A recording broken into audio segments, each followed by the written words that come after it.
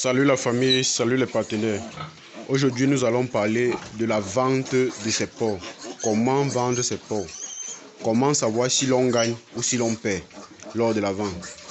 Aujourd'hui, je vais vous donner des astuces pour pouvoir mieux maîtriser ce paramètre dans votre élevage. Vous savez, si vous ne savez pas vendre vos animaux, vous allez toujours perdre. Et c'est ça l'un des facteurs qui maintient votre élevage au bas de l'échelle. Sur cette chaîne, nous vous parlons de l'élevage de porcs, l'élevage de lapins, d'agrobusiness. Nous vous parlons de la vente. Nous vous donnons des astuces comment faire pour mieux rentabiliser votre élevage. Nous vous donnons des conseils sur l'alimentation, sur la prophylaxie. Nous vous donnons des astuces pour progresser. Comment faire vos bâtiments, comment les améliorer, comment les rendre modernes. Nous vous donnons des astuces 2 fois par semaine, le mercredi et le dimanche. Restez abonnés, partagez et likez. C'est grâce à vous que nous avançons et c'est grâce à vous que nous allons plus aller loin. Pour mieux vendre son porc, il y a 2 critères. L'un, c'est de connaître le poids. L'autre, c'est de connaître le prix du kilo à vendre. Parce que en fonction des contextes, vous pouvez vous retrouver soit directement au marché, soit encore à la ferme, soit avec un revendeur. Et dans tous ces cas, les prix vont différer. Et si vous maîtrisez mieux le poids de votre animal, en fonction du prix au kilo fixé, vous pourrez mieux connaître comment déterminer son poids pour pouvoir mieux le vendre. En 1, nous allons parler de la détermination du poids de votre bête. Pour savoir le poids de vos porcs, vous pouvez procéder de différentes manières. Par l'alimentation, vous pouvez connaître le poids de vos porcs. Parce qu'il y a un canevas de quantité d'aliments consommés et de kilos exprimés. C'est-à-dire à demi-kilo mangé par jour. Vos porcs sont environ dans les 10 kilos. À 1 kilo d'aliments mangés par jour, vos porcs sont dans les 20 kilos.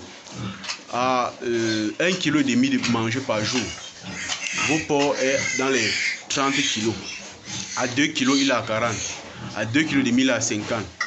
À partir de 2,5 kg, elle commence à varier. Déjà à 2,7 kg, votre porc est environ dans les 70 kg, 80 kg. À 3 kg, 2,9 kg, il est 95 kg. À 3 kg par jour, votre porc est dans les 90 à 100 kg. Et à plus de 3 kg, votre porc est déjà de loin l'un des porcs les plus gros. Si vous pouvez voir ici, ils sont déjà à plus de 100 kg. Maintenant, en fonction de ce palier-là, vous pouvez déterminer si votre porc effectivement mange telle quantité ou telle quantité et savoir savoir directement s'ils sont à tel poids ou tel poids. L'autre facteur aussi, vous pouvez peser vos porcs. Vous pouvez les peser. En les pesant, peser un porc de 100 kg, même si vous êtes 2, ce n'est pas évident. Ce n'est pas évident. Parce que la première technique, c'est la technique que moi j'utilise chez moi. Pour éviter de trop travailler. Déjà que je suis seul à la ferme. Parce que le temps d'appeler quelqu'un pour venir m'aider à peser le porc, c'est un peu difficile. Et déjà, ça augmente déjà les coûts de production. Parce que chaque fois, il faut le monnayer. Chaque fois, il faut faire comme ça pour l'encourager. Et c'est ça commence à augmenter les coûts de charge de production. Donc déjà, ce que moi j'applique chez moi, c'est pas l'alimentation. Maintenant, avec la pesée, vous pouvez peser. Si vous êtes plusieurs, il y a des balances. Donc je vous montrerai plus tard. Pour peser vos porcs, il y a les bascules pour peser vos porcs. Et la troisième méthode, il y a le ruban que vous pouvez entourer autour de la taille du porc et en fonction de la valeur. Je pense que cette méthode-là, elle n'est pas très utilisée parce qu'elle vous donne un poids approximatif. Donc, et souvent, vous pouvez avoir les approximités de 20 kg de différence et c'est énorme. 20 kg de différence, c'est énorme. Donc moi, je préfère plus utiliser soit la balance pour être plus sûr, soit l'alimentation mangée. Parce que si il y a une variation de 200 grammes, l'animal ne mangera pas directement. Et ça, c'est une alimentation de 2 kg doit être constant. Ou alors les 3 kg doivent être constants. Là, ça vous dit directement le poids de vos animaux. Directement. En deuxième lieu, maintenant, on va parler de la fixation du prix. Comment savoir si le prix que vous vendez vos animaux est un bon prix? Comment le déterminer? Maintenant, sur le marché, il y a, je peux dire quoi, un carnaval de détermination du prix. Moi, personnellement, quand je commençais l'élevage, j'utilisais cette méthode. Et la méthode consiste à évaluer le prix du kilogramme d'aliment et de le multiplier par 7. D'évaluer le prix du kilo d'aliment et de le multiplier par 7. Ça, c'est un prix avec lequel vous allez toujours gagner. Vous allez toujours gagner. Maintenant, cette méthode s'applique si vous faites des aliments qui répondent aux besoins de l'animal. Parce que si vous faites des aliments qui ne répondent pas aux besoins de l'animal, vous allez un peu surestimer le porc et personne ne voudra acheter votre porc. Mais si vous faites des aliments qui répondent aux besoins des animaux, avec cette méthode, votre porc vaudra exactement le prix dont vous proposez. La personne sera contente parce qu'il verra que oui, votre porc vraiment effectivement valorise. Déjà, quand vous en fonction des périodes, vous pouvez multiplier même par 6,5, par 7 ou alors par 7,5. Déjà, à plus de ça, le client sera un peu, l'acheteur sera un peu confus. Maintenant, vous pourrez aussi avoir, ça c'est le cas des revendeurs, hein. Ça c'est le cas des revendeurs. Avec le revendeur, vous pouvez appliquer ce poids-là. Oui. Si vous avez beaucoup de bêtes et que vous voulez sortir en une fois sans trop vous casser la tête.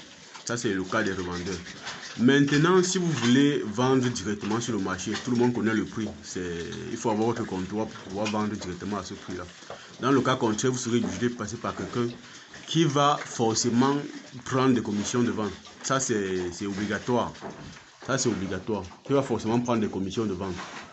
Et là, il serait mieux alors d'avoir votre propre comptoir si vous voulez maximiser vos bénéfices. Ou alors d'avoir un partenaire auquel vous pouvez donner à un prix vraiment très bon. Et une autre possibilité de vendre vos porcs, c'est d'aller vous-même à Douala avec, de ne pas passer par un revendeur qui va forcément prendre vos commissions, d'aller directement à la boucherie ou à l'abattoir et de faire abattre vos porcs et de les peser sous forme de carcasse. Là-bas aussi, je pense que c'est quand même rentable. C'est quand même bien rentable.